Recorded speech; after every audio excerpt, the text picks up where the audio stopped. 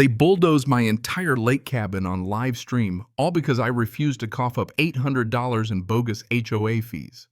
And I'm not talking about a few nosy neighbors peeking over their fences. No 40,000 people tuned in to watch this woman demolish everything I had left, cheering her on like it was some twisted reality TV show. But you want to hear the kicker? Not a single one of those folks knew what I was really sitting on, why I refused to pay up. And buddy, by the time the morning was over, everyone was about to find out I wasn't your average old man with a bathrobe and a bad attitude. So let me take you back, because this story, it's got more layers than a government cake. I'll never forget the morning my so-called peaceful retirement turned into a federal case for the ages. Picture this 6 a.m. sun coming up over Victoria Lake, coffee in my hand, just about as calm as a man can be at 68. I'm Liam Harper, by the way. Retired FBI, 30 years chasing wire fraud all over the country. Thought I'd seen every scam, every kind of crazy. Turns out I was about to get schooled. That rumbled down my drive. Not a bear, not a truck. It was a full-size bulldozer led by a hot pink SUV so loud you could see it from space, with HOA president spelled out in rhinestones across the windshield. I'm not making this up, rhinestones the whole deal. Out steps Kathy Morrison, 55, looking like a craft store exploded on her. Glitter fake nails, clicking hair full of sparkly clips. She even brought a ring light, because of course she was live streaming the whole circus, narrating like some dollar store Judge Judy. "Good morning, community warriors," she's saying, waving at her phone. "We're bringing accountability to Victoria Lakes." Another deadbeat boomer is about to learn what community standards really mean. And I'll tell you, those comments were coming in hot, 40,000 people calling for blood. And there I am, sitting in my robe, playing the confused old man. This guy refused to pay $800 in legitimate fees, Kathy says, pointing her camera at me. $200 a month for 4 months plus late penalties, totally reasonable. She claims her chat going wild. Destroy it. Make him pay. Yeah, they loved it. But what nobody realized, what even Kathy didn't know yet, is that I'd been documenting every last threat, every word, for weeks. There was no legal HOA registered, no elections. She was running a total scam, targeting seniors, squeezing money out of folks who couldn't fight back. I could smell the fraud from 3 counties away. She might as well have charged me for unicorn maintenance on top. So I let her monologue, let her dig the hole deeper on her own phone. All the while, my own device was recording every word, evidence, evidence, evidence. Even the bulldozer guy, just a scared kid, really was looking around like, what have I gotten myself into? But Kathy was too busy posing for selfies with my rose bushes being mulched to notice. And then it got personal. My late wife Emily's rose garden, she planted those 2 years ago before her accident. Watching that bulldozer crawl toward her handiwork, I felt something snap inside. Suddenly, Kathy's whole performance falters. She zooms her camera in on me, squints, and goes pale. Wait, I know that face. Agent Harper. No way, you're supposed to be broken, forgotten.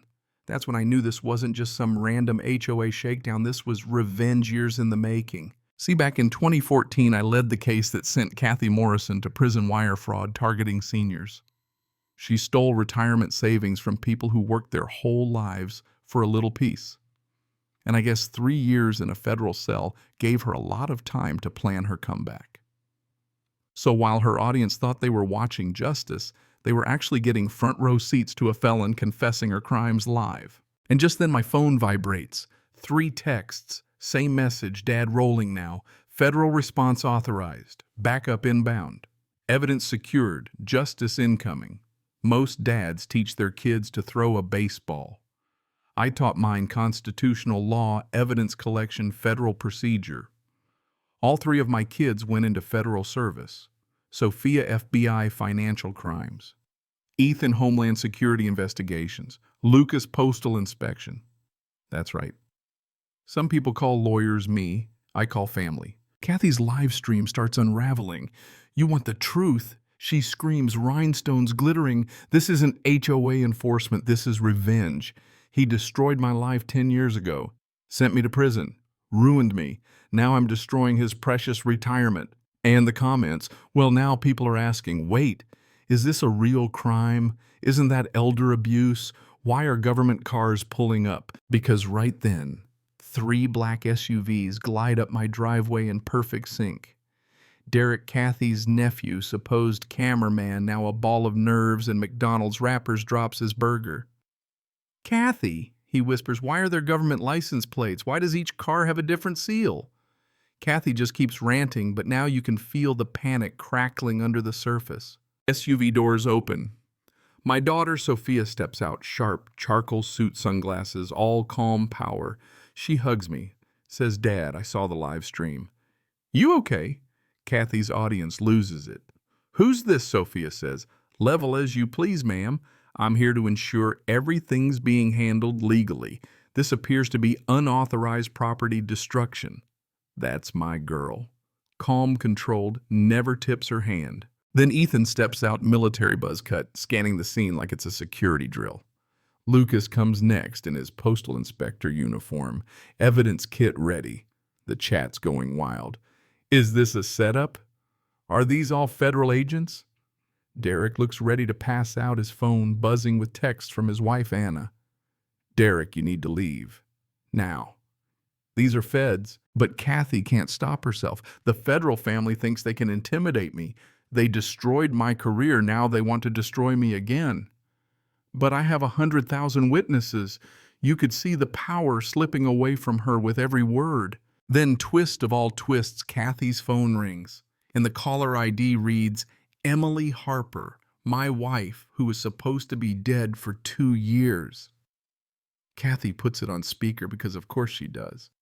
Cathy Morrison, I've been waiting for your call. Emily's voice clear as ever. Derek drops his phone, Anna's now, at the end of the drive, sobbing with relief. Turns out Emily wasn't dead. She'd been in witness protection running an undercover investigation into Cathy's entire fraud network. That car accident was a cover.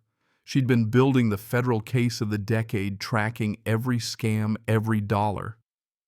When Emily steps out of the SUV carrying DOJ credentials and a briefcase full of evidence, the crowd watching online loses their collective mind. Cathy's jaw hits the gravel. Emily reads out the charges: 47 elderly victims, over $2 million, laundered fraudulent HOA fees, psychological abuse.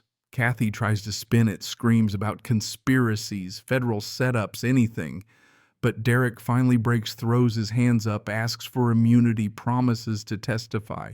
Anna rushes to his side crying, That's my Derek. The weight lifts off him right there. Emily pulls out a federal wiretap order. Every call, every text, every live stream Cathy made was monitored, archived, and used to dismantle her criminal enterprise. Sophia, Ethan, and Lucas coordinate with teams across 12 states, raids, asset seizures, arrests. Anna's grassroots work transforms into legitimate advocacy. The whole community starts to heal. Cathy's social media empire crumbles. Her followers evaporate, her final posts, just sad attempts to blame everyone but herself. Her gaudy mansion is emptied by feds, her pink SUV towed on national TV. Every penny is returned to victims, 47 families getting back their home savings dignity. In court, over 400 elderly victims testify.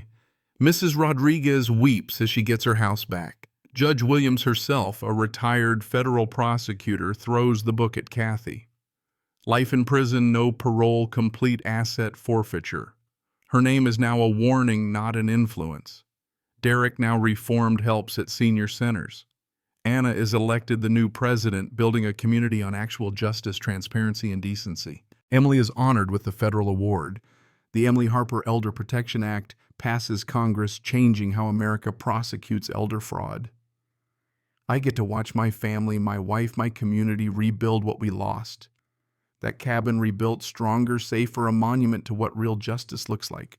So let me ask you this: when you see a bully with a camera or a petty tyrant running a scam, do you sit quiet, or do you build a case, call for backup, and make sure the whole world sees what justice really means? Drop your thoughts below. Did Cathy get what she deserved? Or does true justice go even further? And if you've ever faced a bully, let's hear your story.